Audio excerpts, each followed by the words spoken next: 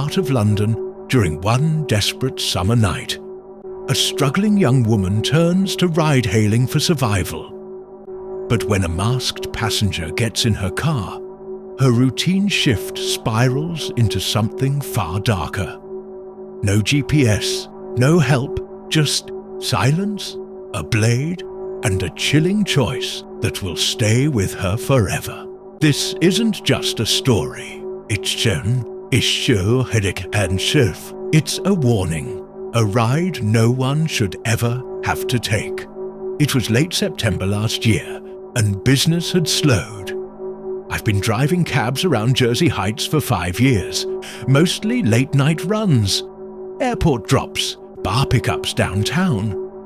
I usually stick to Uber and rideshare, but sometimes I take direct calls from long-time regulars who prefer cash. Around 11 p.m, I got a call from an unfamiliar number.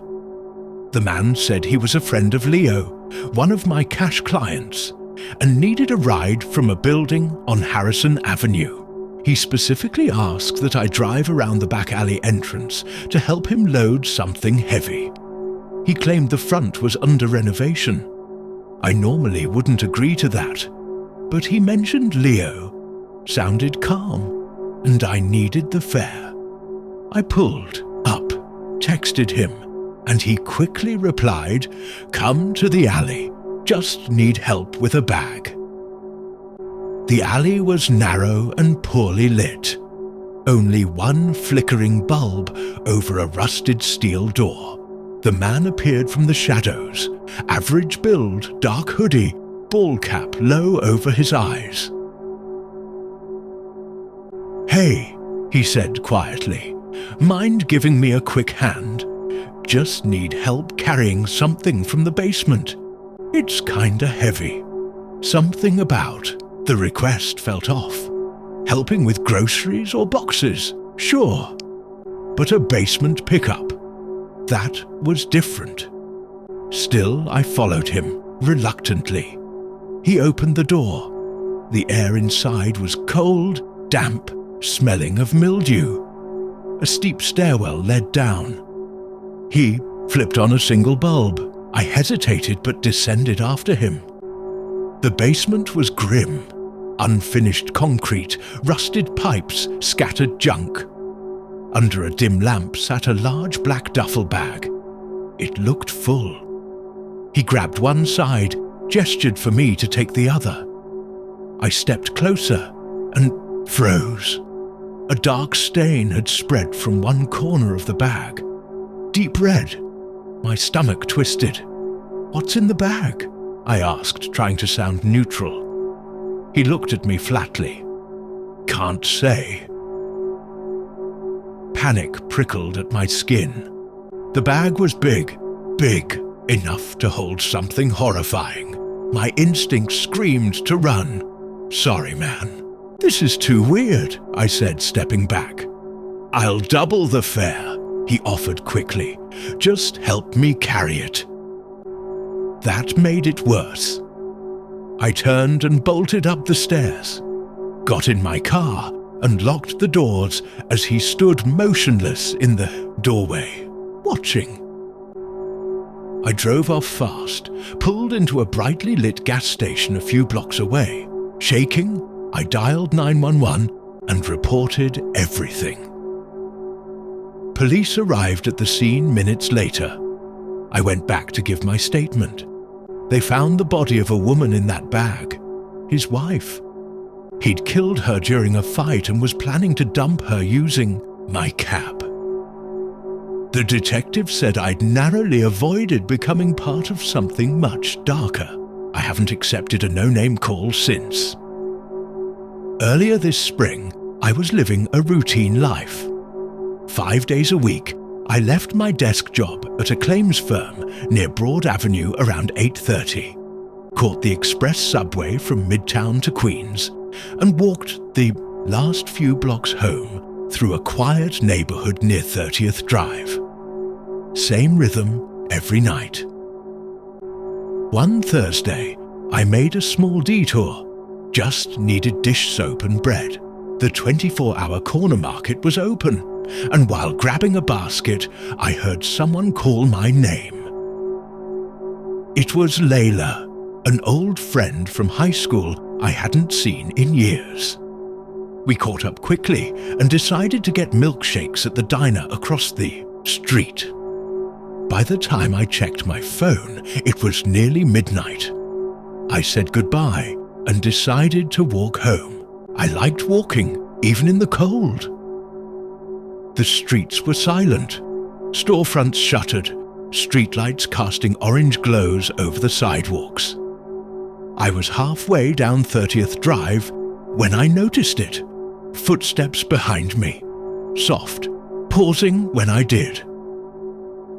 A man followed, a dark parka, hood up, walking slow but deliberate. I made a few turns through side streets, hoping to lose him, but he kept appearing. I was sure now I was being followed.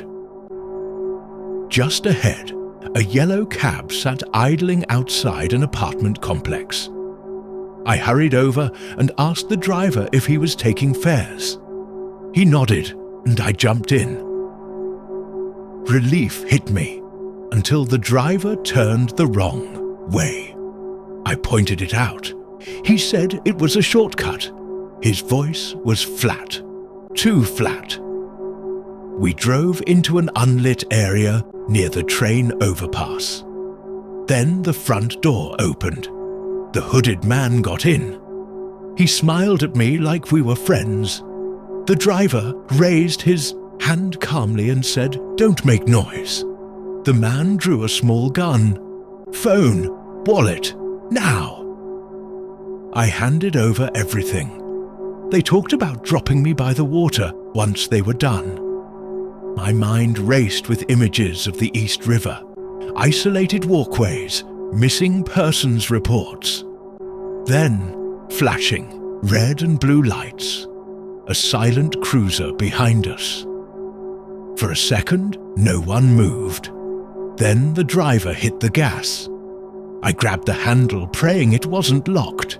It wasn't. I threw the door open and leapt out, rolling onto the cold pavement. I ran toward the cruiser, yelling.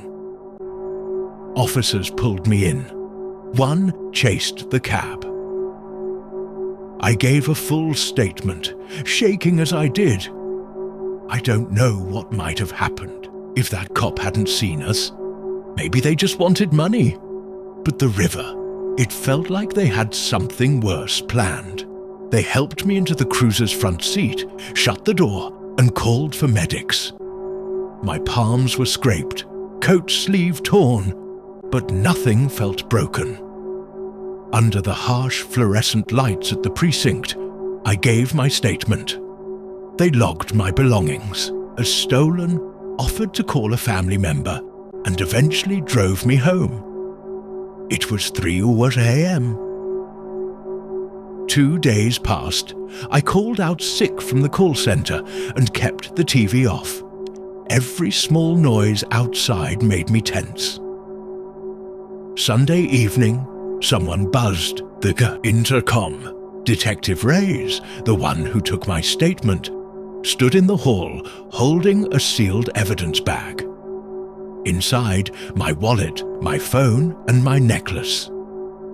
He said the suspects lost control during the chase, clipped a tree on Hoy Avenue, and tried to run on foot.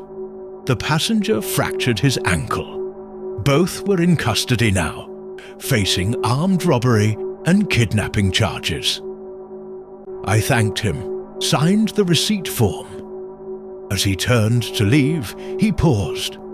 "It was the speeding," he said. "That's the only reason they got spotted. Clocked at 42 in a 25 zone. A simple traffic stop cracked it wide open." After he left, I put the necklace back on.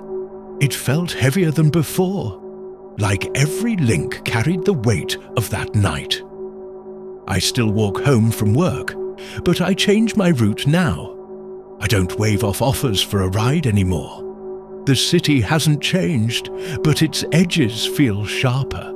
On some evenings when a car idles too long at the curb, the memory rises clear as glass. A hooded figure stepping into the cab, door shutting behind him. I always thought summer would bring a bit of luck, but June of last year proved me wrong. I'd been job hunting since spring. CV after CV, reception areas that smelled of cheap air freshener and stale coffee, only to be told someone else was a better fit. By the time the days grew hot and long, my savings were gone. My parents, both in their 70s, depended on me for rent and their medication. At night, I lay awake, sweating in my small room, counting the coins in my purse and listening to the hum of the floor fan. Eventually, I told my friend Kira. We met at a tiny park near the canal in Limehouse. The sun was so bright it stung my eyes. The benches were warm to the touch. Kira listened, brushed a strand of hair from her cheek, and handed me the keys to her silver Toyota. "Use the car," she said. "Sign up as a ride-hail driver. Just for a while. Nights are busy. Tips are better." I hesitated. I'd never driven strangers around, but my pockets were empty, and the rent notice on the fridge felt like it grew bigger every day. I signed up that evening. 3 days later, I was approved. A background check, a quick license photo. I vacuumed the car, filled the tank with the last of my cash, and stuck a little bottle of hand sanitizer in the cup holder to look professional.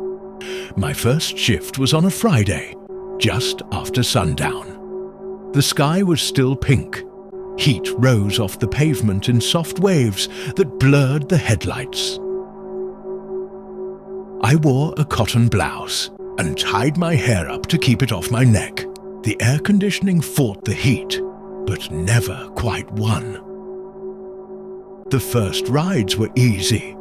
A pair of tourists from Covent Garden to a riverside hostel. 2 friends from Brixton heading to a club in Soho, laughing about exes and sharing water. A tired chef whose jacket smelled like grilled onions, riding from King's Cross to Hackney.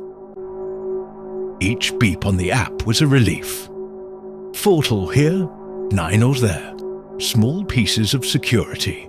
Then, around midnight, another ping. Pickup. Royal London Hospital, Whitechapel. Destination, Willesden Green. Longer trip. More money. I took a sip of water, turned onto the wide road lined with kebab shops and old brick buildings glowing under the streetlights. The hospital entrance was still busy. Nurses in pastel scrubs stood outside laughing. 2 ambulances idled near the curb. My passenger stepped through the glass doors. Tall, grey joggers, hoodie up, surgical mask hiding his face. A white pharmacy, bag swung from his wrist. Without a word, he opened the back door and slid in.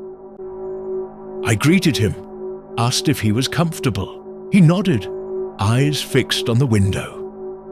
The map showed a 45-minute drive across the city. We merged into traffic. Windows up, AC on low. Silence through Aldgate, then onto Commercial Street, where neon spilled from late-night bars.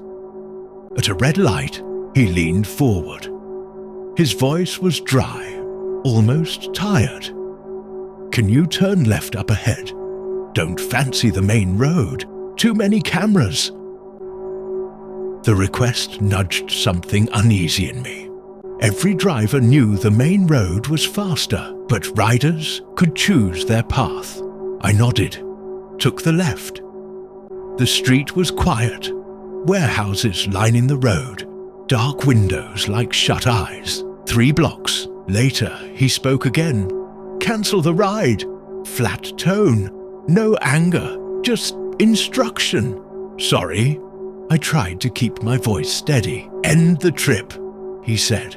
I felt his breath at the back of my neck through the gap in the seats. Something warm and metallic pressed against my shoulder. I looked down, faint reflection of a knife blade. My thumb trembled as I tapped the screen. Gun touch. The ride disappeared. No more GPS. No more tracking.